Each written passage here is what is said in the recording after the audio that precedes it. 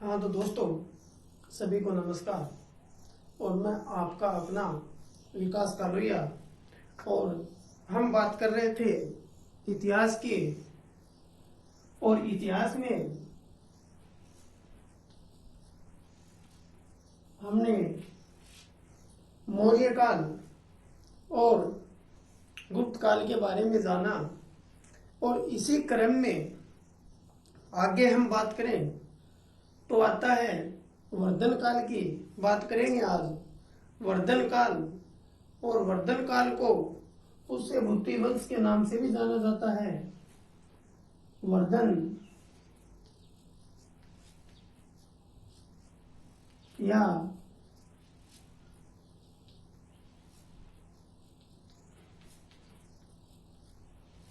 पुष्य भूति वंश है।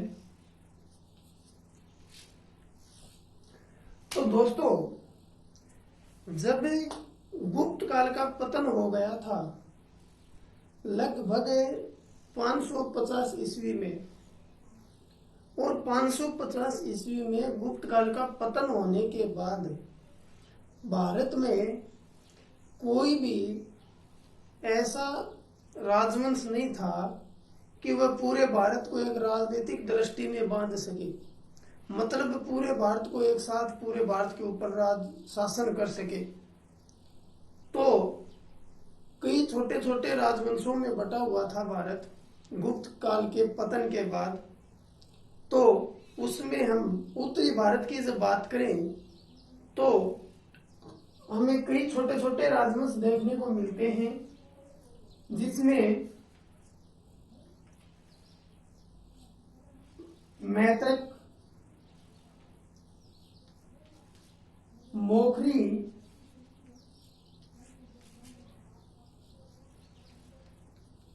पुष्यभूति, प्रगुप्त और गौण, ये मुख्य ये छोटे छोटे राजवंश थे मुख्य रूप से। और इनमें भी जो पुष्यभूति जो अपना राजवंश था, ये विशाल साम्राज्य के लिए जाना गया। इसमें भी पुष्यभूति वंश में ही ऐसे शासक हुए कि वो काफी टाइम तक टिके रहे।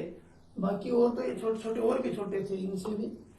तो आज हम इसी क्रम में बात कर रहे हैं पुष्यभूति वंश की। पुष्यभूति वंश के बारे में जब हम बात करेंगे तो दोस्तों, पुष्यभूति वंश की स्थापना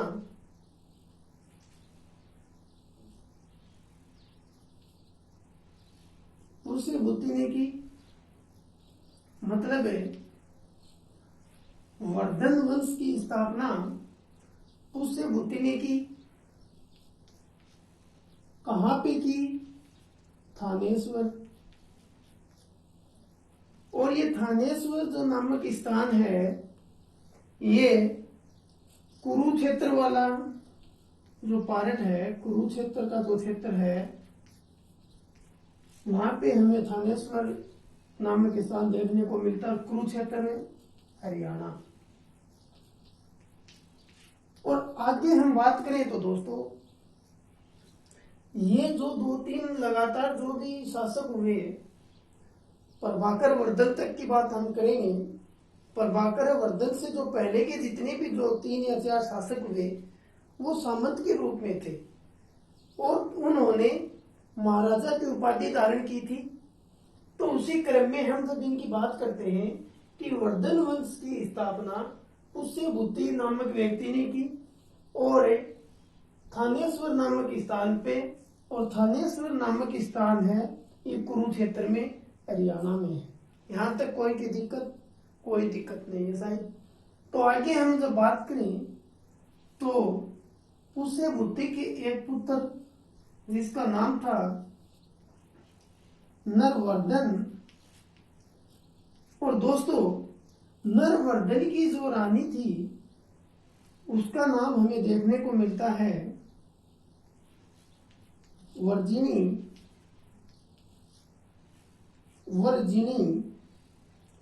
और इन दोनों से एक पुत्र और की संतान हुई। दोनों नरवर्धन और वर्धनी से पुत्र की संतान हुई जिसका नाम था राज्यवर्धन।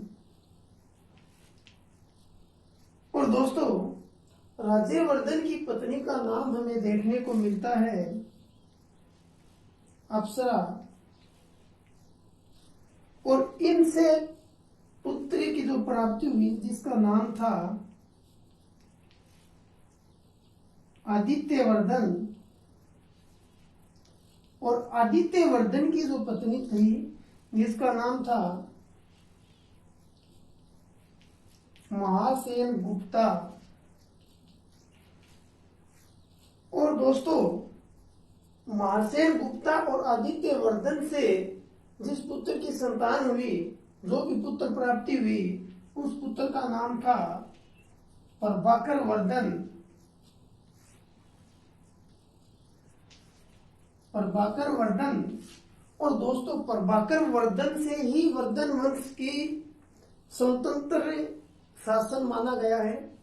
मतलब खुद का स्वयं का जो शासन था वो प्रभाकर वर्धन के रूप में, और वर्धन वंश का जो वास्तविक जो संस्थापक था वो भी प्रभाकर वर्धन को ही माना गया है।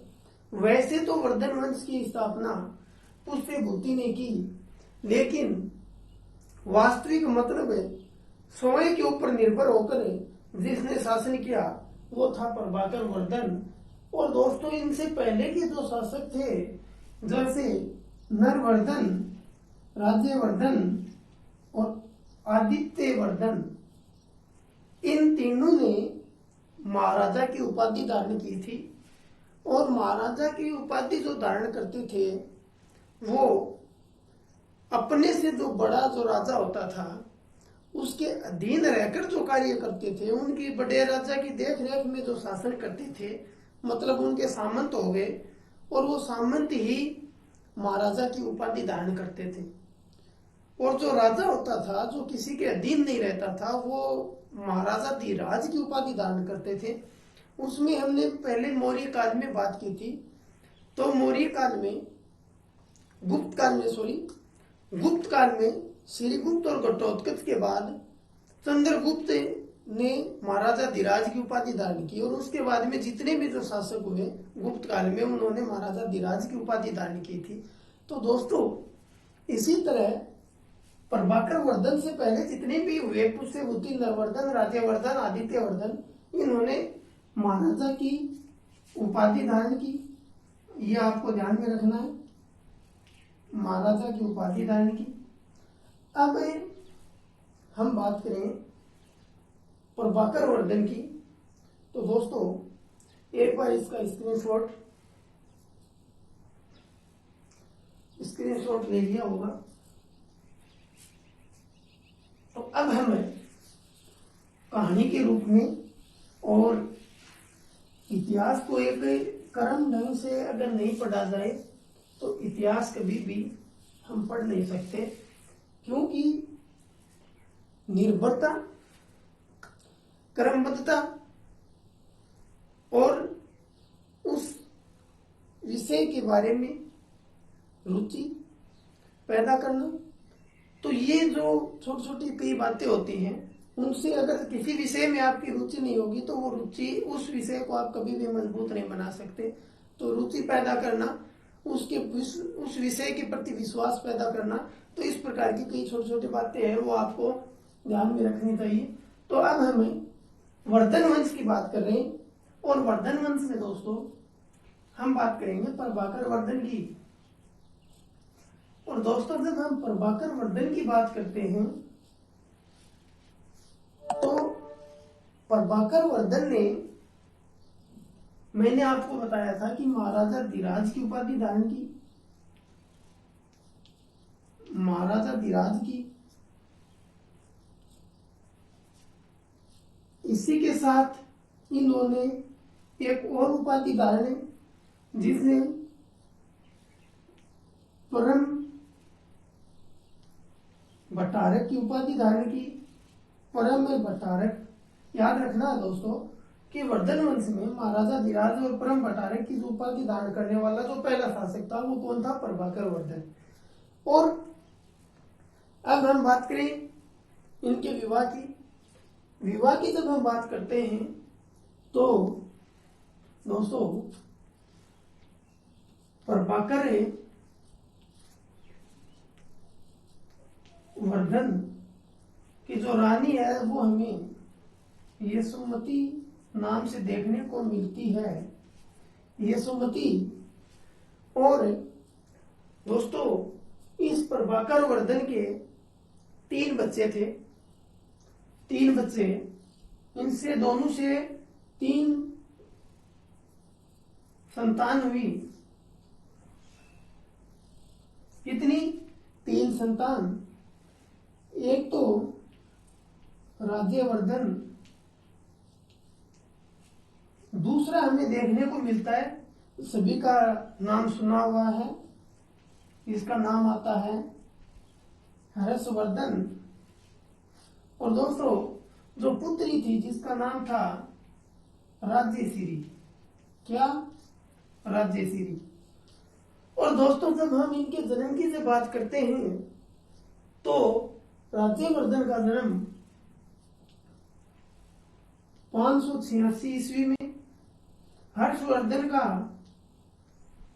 589 में, और राज्यश्री का जो पुत्री का जो जन्म हुआ 592 में।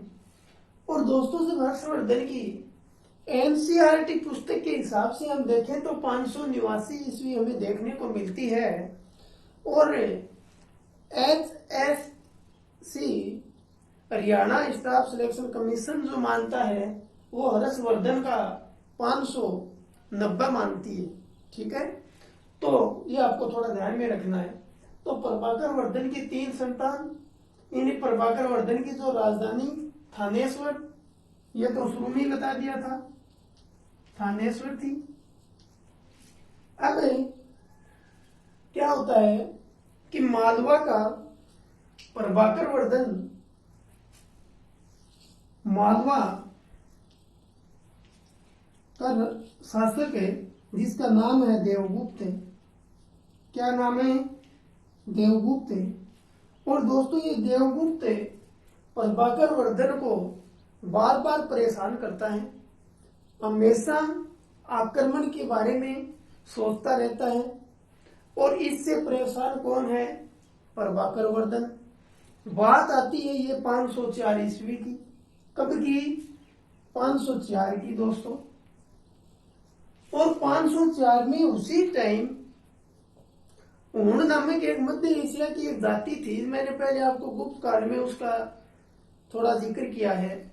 तो मध्य एशिया की एक जाति थी जिस ऊण नाम से, ऊण भी आक्रमण कब करते हैं?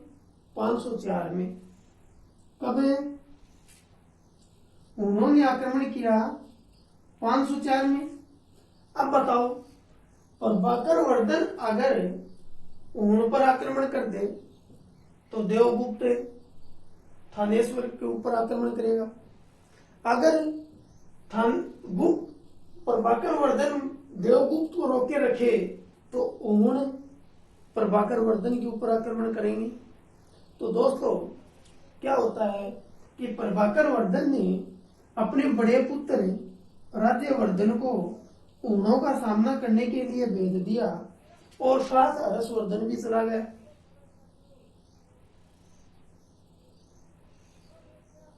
और जब राज्यवर्धन इनका सामना करने के लिए गया तो हर्षवर्धन रास्ते से वापस लौट आया दोस्तों। और राज्यवर्धन ऊणों का सामना करने लगा और प्रभाकर वर्धन देवगुप्त को रोके रखा 504 में। और 504 में प्रभाकर वर्धन ने अपनी पुत्री का विवाह, राज्यश्री का विवाह कन्नौज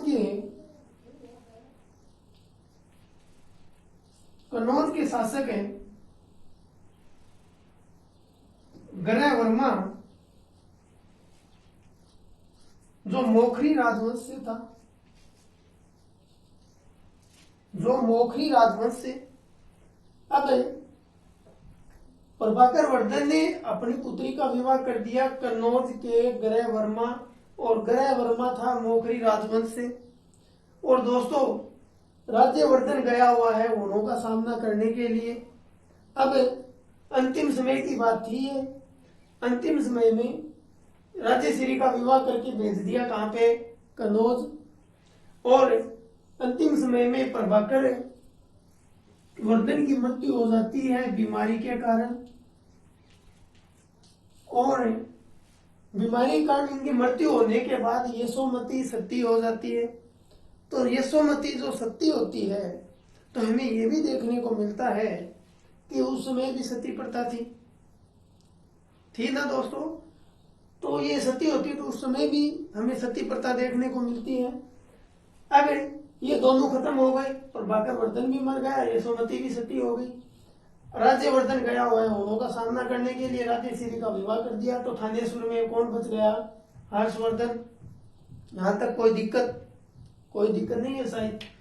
थानेश्वर में राजगद्दी प्रभाकर वर्धन और यशोमती के बनने के बाद यहाँ पे थानेश्वर की जो राजगद्दी थी वो खाली थी, क्योंकि इसका उत्तराधिकारी बड़ा पुत्र होता है और उसके न होने के कारण हर्षवर्धन इसकी गद्दी पर नहीं बैठ सकता, क्योंकि दोनों भाइयों में फूट पड़ जाएगी। और ये राज्यवर्धन उन्हों को परास्त कर जब वापिस आता है, और वापिस आने के बाद यहाँ पे इसको पता चलता है, हर्षवर्धन और मंत्री जो भिंड के नाम से जो इनका सेनापति था, और राज्यवर्धन का सेनापति था भिंड, और ये सेनापति के साथ वापस लौट आते हैं। और हर्षवर्धन अपने पिता और माता के बारे में पूरी कहानी बताता है। और उसके बाद में राज्यवर्धन सोचता है कि मैं कभी भी युद्ध नहीं करूंगा, और महात्मा बुद्ध के बताए रास्ते के ऊपर, महात्मा बुद्ध के बताए मार्ग के ऊपर चलूंगा और संन्यास ले लूंगा। लेकिन उसी समय इनकी राजगद्दी की जो तैयारियां चल रही थी, इस प्रकार की बातें ये सोच रहा था। और उसी समय कन्नौज से एक दूत आता है, और दूत आकर बताता है कि आपकी बहन, आपका जो बहनोई है ग्रह वर्मा, उसकी हत्या कर दी। किसने? मालवा के शासक देवगुप्त ने। अब दोस्तों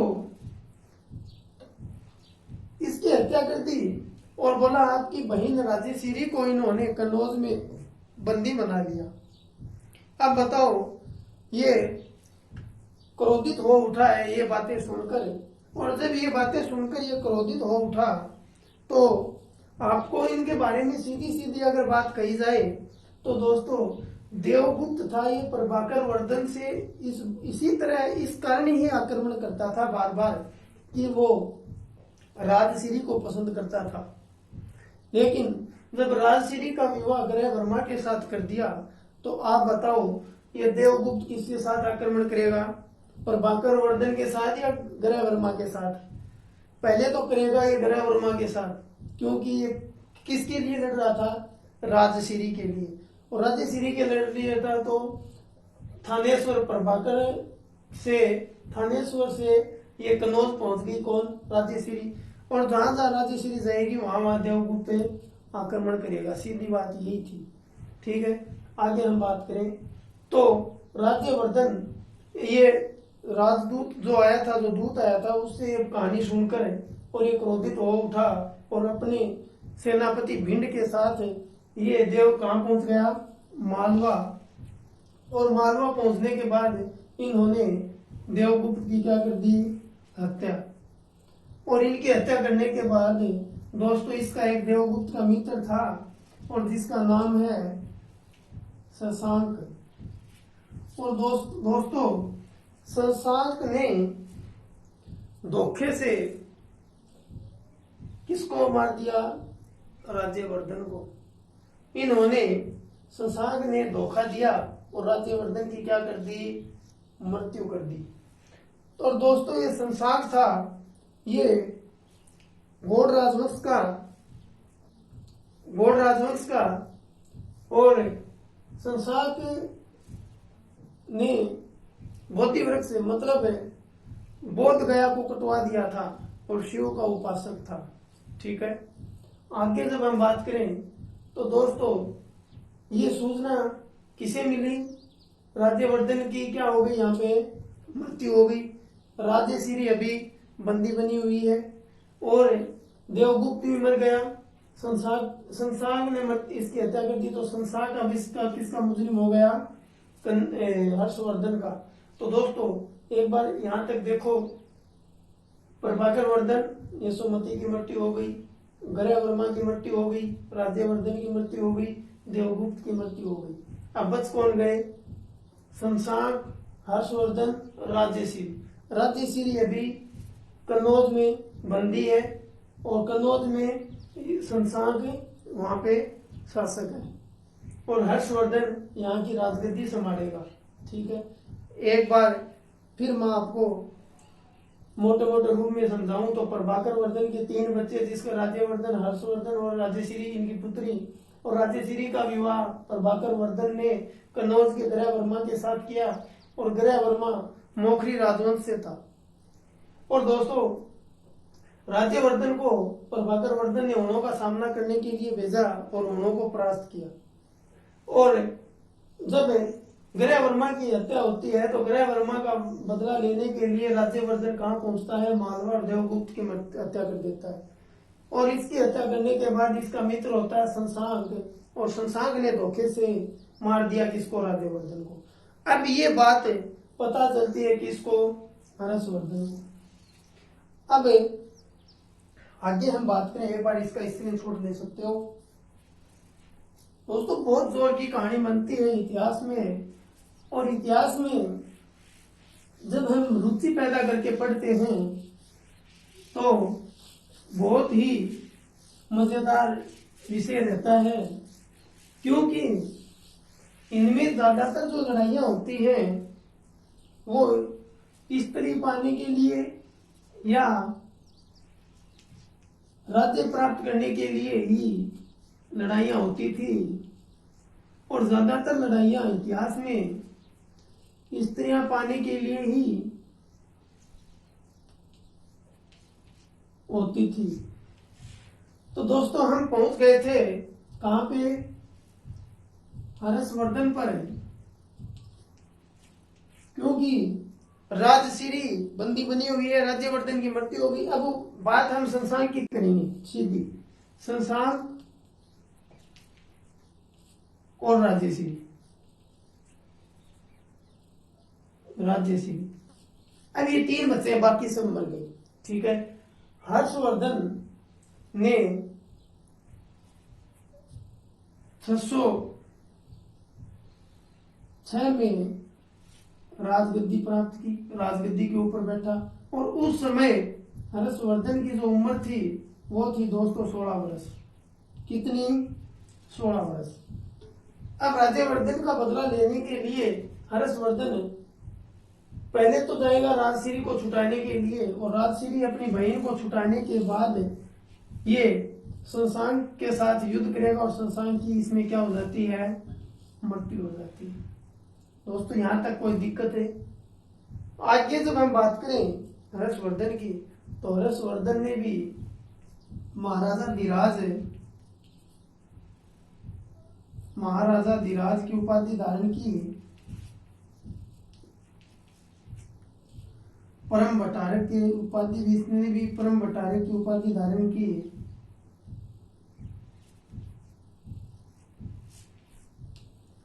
और दोस्तों इनके समय में अवेनसोंग, चीनी यात्री अवेनसोंग इनके दरबार में आया था।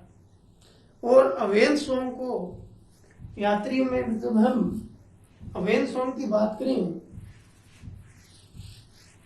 इन्होंने संसांग की हत्या करने के बाद कन्नौज को अपने अधिकार में ले लिया और कन्नौज को क्या बना ली? राजधानी बना ली।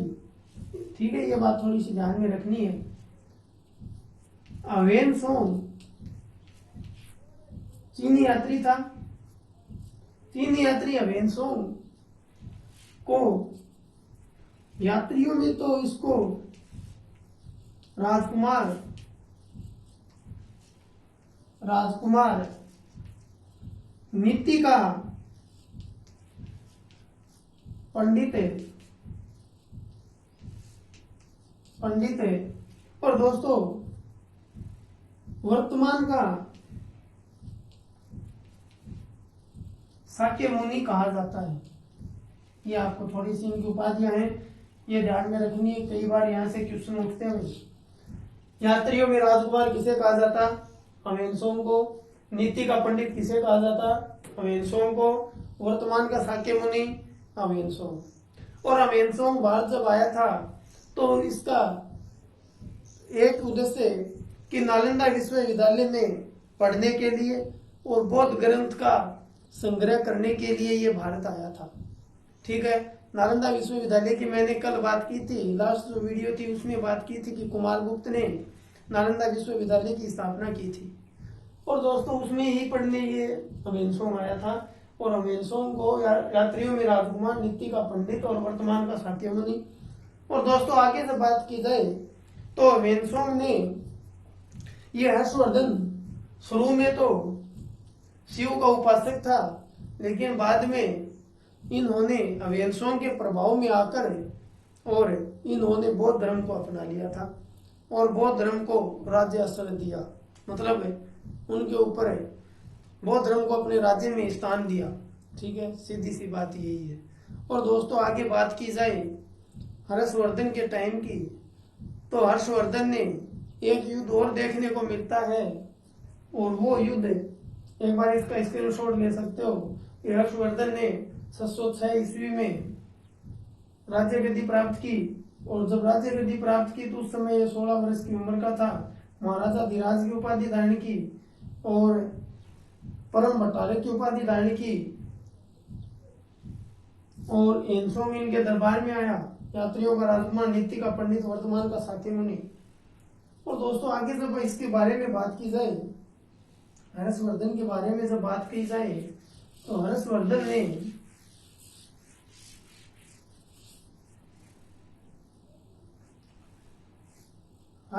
ने पुलकेशिन सेकंड के साथ युद्ध किया था नर्मदा नदी के तट के ऊपर। नर्मदा नदी के तट के ऊपर। और इस युद्ध में हर्षवर्धन की पराजय हुई थी, हर्षवर्धन हार गया था। तो युद्ध के बारे में हमें इतना ही देखने को मिलता है। आगे इसके बारे में हम बात करें तो दोस्तों हर्षवर्धन के बारे में आगे से बात की जाए तो हर्षवर्धन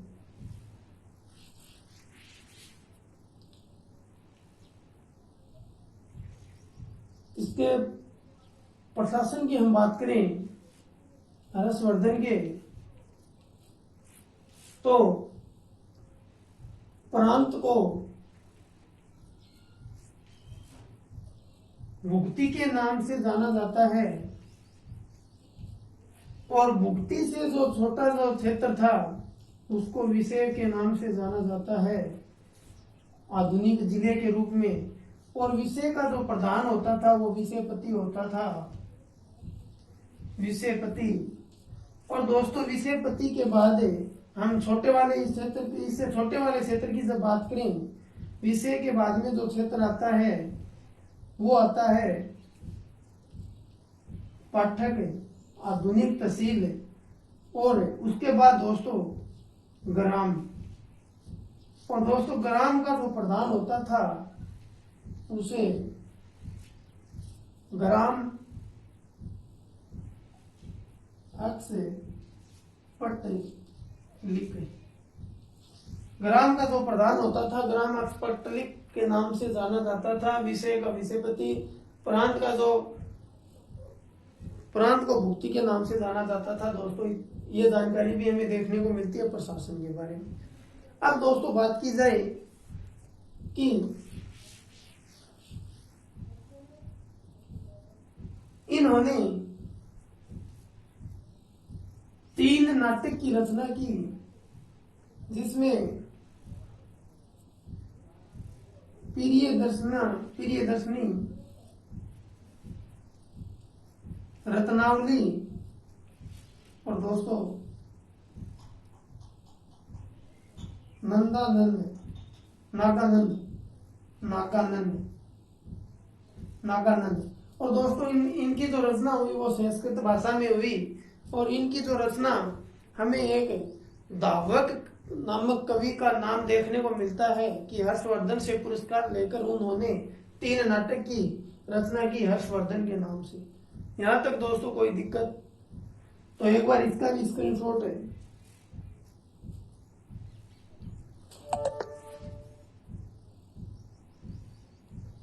और उसके बाद दोस्तों हम बात करें तो हर्षवर्धन हर 5 वर्ष में प्रयाग में एक सम्मेलन करवाता था, और उस सम्मेलन को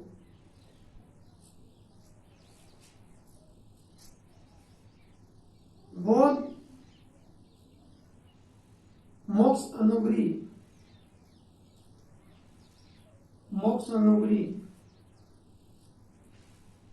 बौद्ध मोक्ष अनुग्रही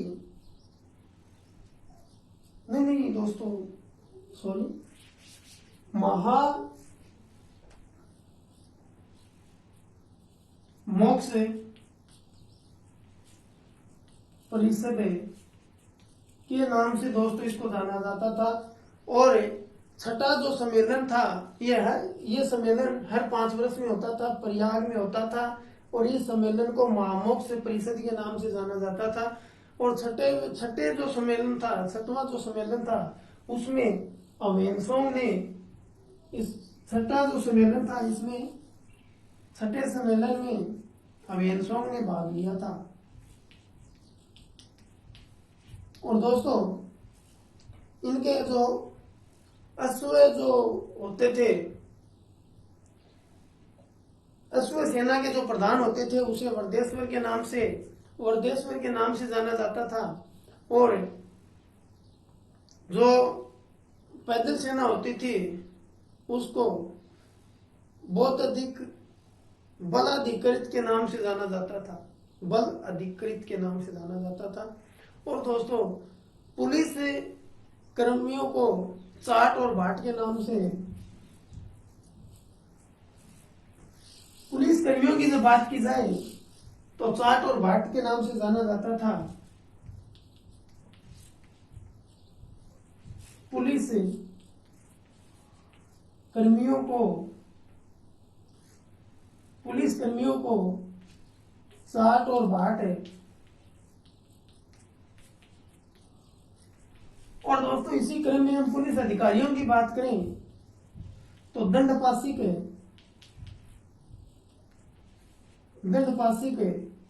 व दांडिक ये 2 पुलिस अधिकारी होते थे। और दोस्तों इसी के साथ आज हमने पुष्यभूति वंश के बारे में पढ़ा, और पुष्यभूति वंश को वर्धन वंश के नाम से भी जाना जाता है। और वर्धन वंश में जो प्रतापी शासक माना गया वो था हर्षवर्धन, और हर्षवर्धन के बाद में वर्धन वंश की जो पतन की ओर अग्रसर हो गया। और दोस्तों कल हम आगे और राजवंशों के बारे में पढ़ेंगे। और आज का जो वीडियो पसंद आए तो लाइक और शेयर, और दोस्तों सभी को राम राम, धन्यवाद, जय हिंद, जय भारत।